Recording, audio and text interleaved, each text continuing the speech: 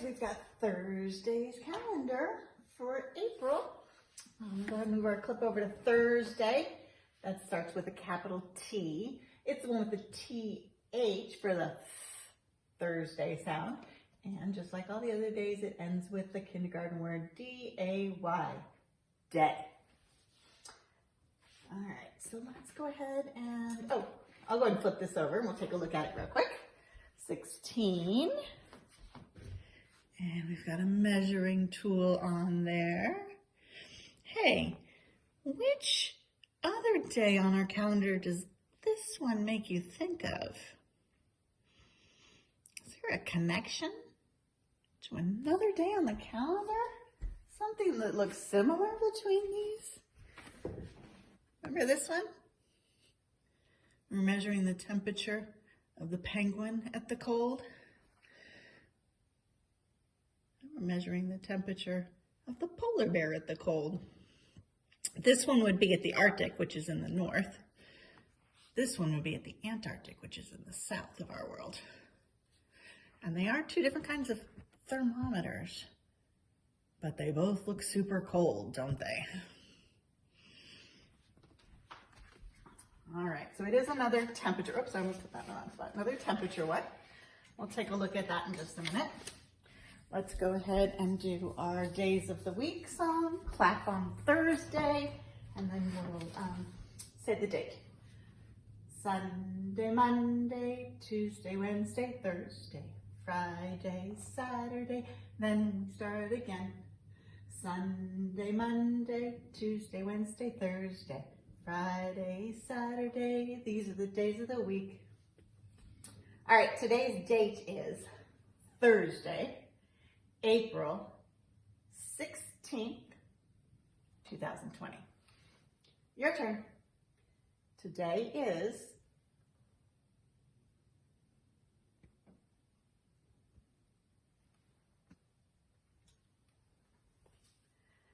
all right, should we go ahead and add to our measurement poster? This is measuring temperature, and our tool for the temperature for all of them has been thermometers. So I'm gonna go ahead and pull out the ones I need. And really, one more, we're doing the temperature of the air in all of these. Okay, so on the 4th, we did together the penguin. We talked about how it's degrees. The little circle for the symbol is telling the degrees. Talked about the air. We figured that the number was about 28 degrees because it was more than 25, but less than 30, so I guesstimated. And the thermometer is measuring the penguin in Antarctica. And then over spring break, we had 2 days go by. So we had the 8th, and that one is again the temperature. And it's a dial thermometer. You might see one of these outside at your house. Let me see, it's there. Now we can tell that that's a mama bird with a worm feeding some baby birds. So that's gotta be springtime, so it can't be too cold. And if you can see, it's almost 60 degrees outside, which is actually kind of the temperature today. Okay, so that's the 8th. And then the other one that went by while we were on spring break was the 12th, has a temperature thermometer on it. And this one's a digital thermometer. It just shows you the number. You see that 97? And then there's the degrees, that little circle. And Fahrenheit, remember I told you it's Fahrenheit and Celsius. 2 different types of measurement. 97, look at that dog. What do you think he feels? So tongue's hanging out. Hot, huh? 97 is a very hot temperature. We probably get 97 here, but not until late June, or July and August are our hot months.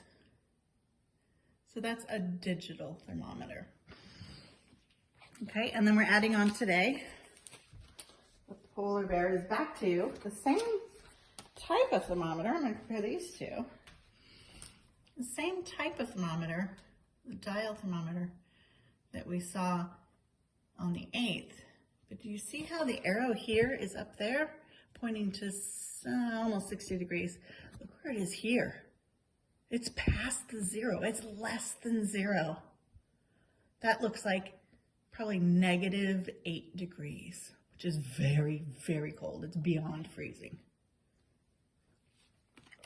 All right, so we'll go ahead and add those on. And I've got my glue stick here.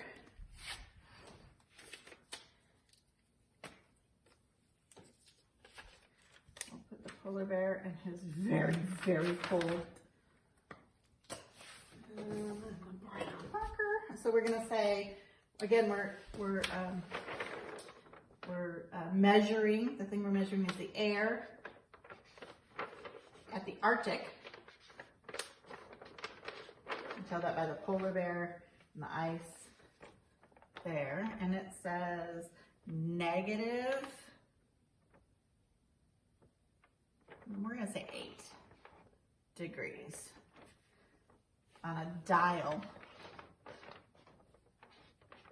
And that is below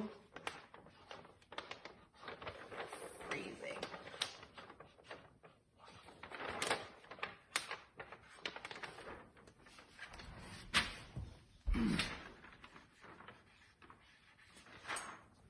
All right, so now we have our temperature measurement and tools poster set.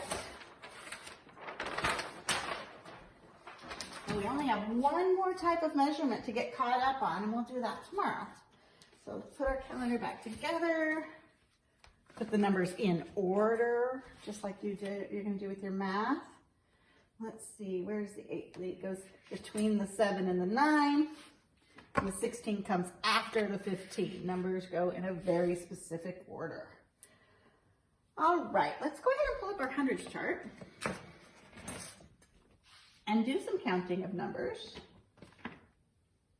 But there are different kinds of skip counting we've been practicing.